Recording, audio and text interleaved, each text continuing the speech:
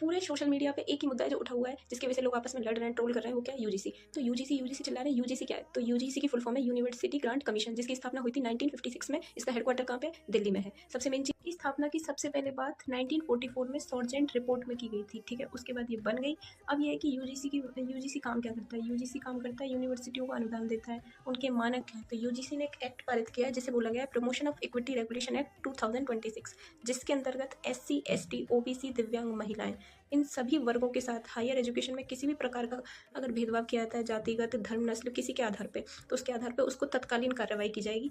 के तहत प्रत्येक संस्थान में इक्वल अपॉर्चुनिटी सेंटर यानी ईओसी सेंटर स्थापित किया जाएगा। वो भी अनिवार्य रूप से ये क्या करेगा? नियमों को जिस संस्था में नियमों का पालन नहीं हो रहा होगा उसके तहत कार्रवाई करेगा, और कार्रवाई में ये उसे यूनिवर्सिटी की मान्यता तक भी रद्द करेगा। अलावा इस एक्ट के तहत प्रत्येक संस्थान में इक्विटी कमेटी यानी समानता समिति बनाई जाएगी। इसका हेड कौन होगा? जो उस संस्थान का हेड होगा वो ही इसका हेड होगा। साथ इस कमेटी में अनिवार्य रूप से जो भागीदारी होगी वो एससी, एसटी, ओबीसी, दिव्यांगजन महिलाओं की होगी।